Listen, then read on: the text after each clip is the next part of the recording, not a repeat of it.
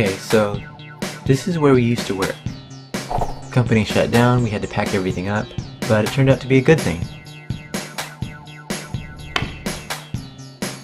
Now, no longer were we two boys stuck in a messy garage.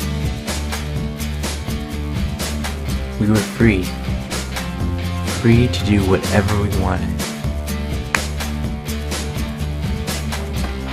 Free to watch old TV shows that we missed over the years. Free to run Take Zero as our full-time jobs. We got a P.O. box, so you guys can send us stuff now. Really?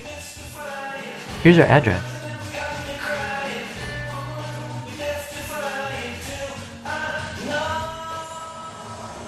What are we working on now? Well, I'm in the middle of writing a short film called The Late Morning. And we're working really hard on lessons. As for the next episode, well, it's been raining a lot. And because of it, we haven't been able to finish shooting. But stay tuned.